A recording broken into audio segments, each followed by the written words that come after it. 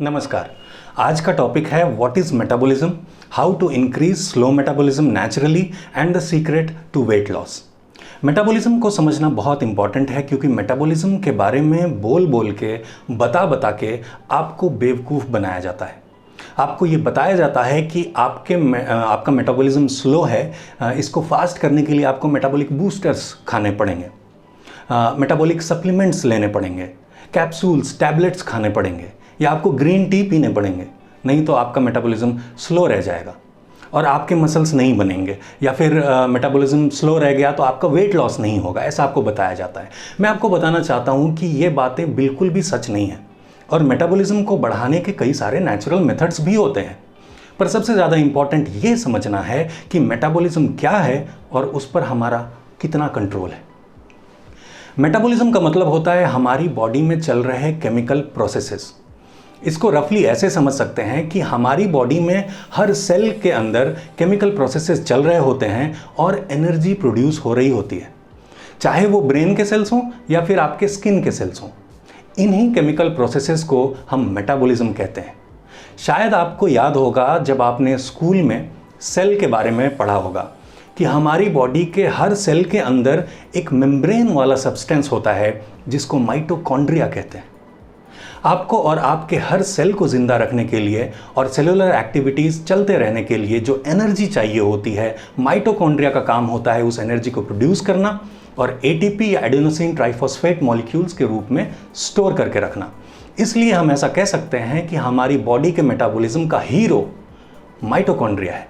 जब सर्दियों का टाइम आता है तो हम कुछ भी खाते हैं या ज़्यादा खा लेते हैं तो पचा पाते हैं। सर्दियों में कैलोरीज ज़्यादा बर्न होती है। क्यों? क्योंकि सेल का जो हीरो है माइटोकॉन्ड्रिया, उसको पता होता है कि बॉडी में हीट ज़्यादा प्रोड्यूस करना है, क्योंकि बॉडी का टेम्परेचर उतना ही रहना चाहिए जितना गर्मियों में रहता है। जिसकी बॉडी का ओवरऑल मेटाबॉलिक रेट ज़्यादा होता है उसकी बॉडी को उतना ज़्यादा कैलोरीज चाहिए होती है, या फिर ऐसा कहें कि उसकी बॉडी ज़्यादा कैलोरीज बर्न करती है।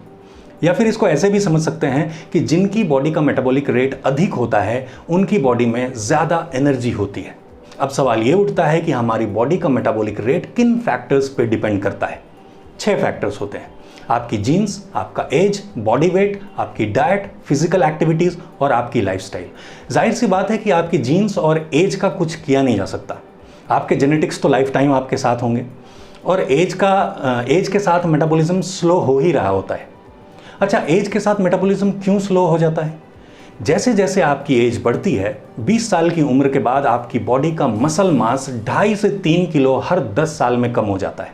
20 साल तक मसल मास नेचुरली बढ़ता है, इसलिए 20 साल की उम्र तक किसी को जिम जाने की ज़रूरत नहीं होती है।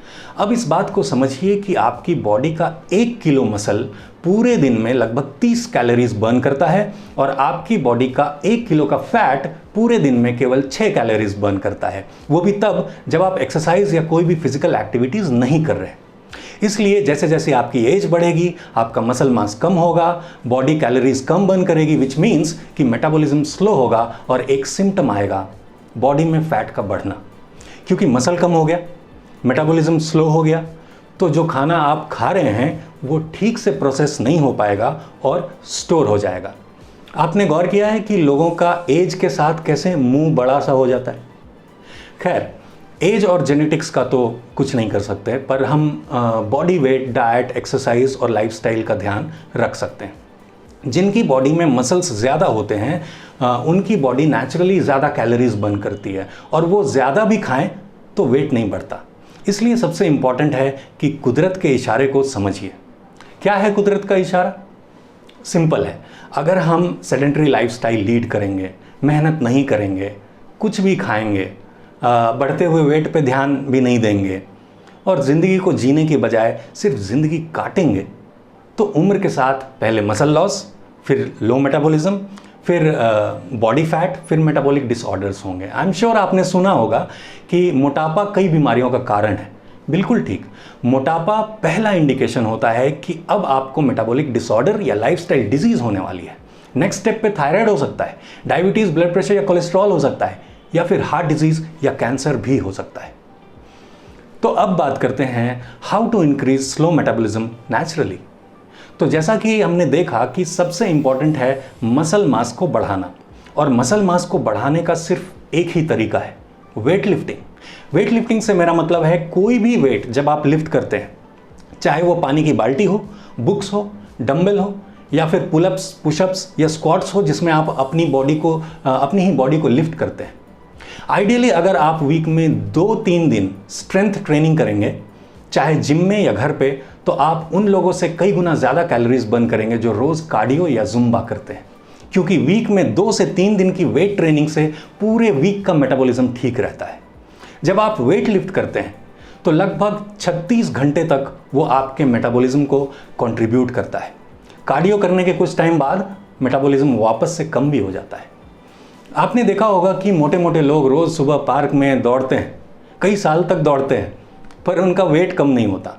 क्योंकि वेट ट्रेनिंग करेंगे तो मसल मास बढ़ेगा, मेटाबॉलिज्म बढ़ेगा, और अपने आप रेस्टिंग पोजीशन में भी फैट बर्न होगा, ये शायद उनको पता नहीं है। एक इंपॉर्टेंट बात, अगर आप चाहते हैं कि सेल के हीरो माइटोकॉन्ड्रिया से आप ज़्यादा मेहनत करवाएं, तो उसका सबसे अच्छा तरीका है high intensity interval training, HIIT। मतलब ऐसी कोई भी एक्सरसाइज जिसमें कुछ सेकंड्स के अंदर you start gasping for air, जैसे कि तेज़ी से सीढ़ियाँ चढ़ना, जंपिंग जैक्स, कुछ समय के लिए फुल स्पीड दौड़ना, एट्सेट्रा। अब बात करते हैं डाइट की। क्या खाने से मेटाबॉलिज्म बढ़ेगा? इसका एक थंब रूल है, वो खाना जो कुदरत ने बनाया है, वो जितना ज़्यादा खाएंगे उतनी अच्छी आपकी मेटाबॉलिज्म होगी। जैसे कि green leaves, fruits, nuts, sprouts और सैलड्स। और वो खाना जिसे इंसान ने बनाया है, वो आप जितना ज़्यादा खाएंगे उतनी मेटाबॉलिज्म खराब होगी। जैसे कि चाय, biscuit, pizza, cold drink, sugar, chips, samosa, etcetera. एक और इम्पॉर्टेंट बात, नेचुरल प्रोटीन आप ज़्यादा खाएंगे तो वो आपकी बॉडी के मेटाबॉलिज्म को तेज़ी से बढ़ाएगा। और सबसे अच्छा नेचुरल प्रोटीन है मूंग के स्प्राउट्स।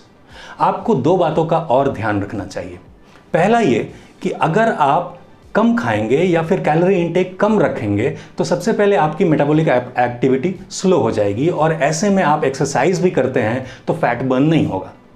और दूसरा ये कि अगर आपकी नींद अच्छी नहीं है या आप कम सोते हैं तो मेटाबॉलिज्म स्लो ही रहेगा, चाहे आप कुछ भी खाएं या कुछ भी और कर लें। मैंने आपको बताया था, पहली बात, अगर आपको अच्छी नींद नहीं आती तो इससे आपका बॉडी वेट बढ़ेगा।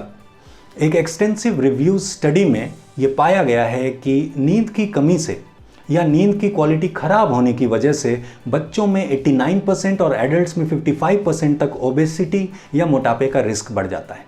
दूसरी बात, नींद की कमी से एक हार्मोन होता है ग्रेलिन, वो बढ़ जाता है। ये एपेटाइजर हार्मोन होता है, इससे भूख ज़्यादा लगती है। एक और हार्मोन होता है लेप्टिन, ये भूख को कम करता है। पर स्लीप क्वालिटी अच्छी ना हो तो लेप्टिन कम हो जाता है और नतीजा आपकी कैलोरी इनटेक बढ़ जाती है। तीसरी बात, नींद अच्छी हो तो कंसंट्रेशन और प्रोडक्टिविटी बढ़ती है। चौथा, अच्छी नींद से एथलेटिक परफॉर्मेंस या फिजिकल एक्टिविटीज करने की कैपेसिटी बढ़ती है। पांचवा, अगर लंबे समय तक नींद की क्वालिटी अच्छी ना हो तो हार्ट डिजीज और स्ट्रोक का रिस्क बढ़ता है।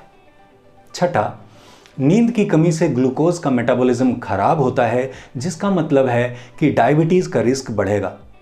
सातवां, स्लीप क्वालिटी अच्छी ना हो तो बिना वजह इंसान डिप्रेशन में चला जाता है। आठवां, नींद की क्वालिटी अच्छी होने से इम्यून सिस्टम का फंक्शन ठीक रहता है। नौवां, नींद अच्छी नहीं होगी तो बॉडी में अलग अलग जगहों पर इन्फ्लेमेशन बढ़ेगा। और 10वां, नींद की क्वालिटी खराब हो तो इसका सीधा असर आपके इमोशंस और सोशल इंटरेक्शन पर पड़ता है। इसलिए sleeping well is very important for good metabolism. So in the end, to sum up, the higher your metabolism, the more calories you burn and the easier it is to lose weight. This is the secret to weight loss. तो उम्मीद है आज की बात आपको समझ में आई। Weight loss के बारे में एक डिटेल्ड वीडियो है इस चैनल पे, जिसमें मैंने बताया है कि जो कैलोरीज आप काउंट करते हैं उसका कोई बेसिस नहीं होता है। काफ़ी इंटरेस्टिंग वीडियो है वेट लॉस के ऊपर। अगर आपने नहीं देखा है तो मैं चाहूँगा कि आप ज़रूर इस वीडियो को देखिए। वीडियो का लिंक आपको डिस्क्रिप्शन में मिल जाएगा। तो फिर मिलेंगे, तब तक के लिए स्टे हेल्दी, एंजॉय लाइफ। नमस्कार।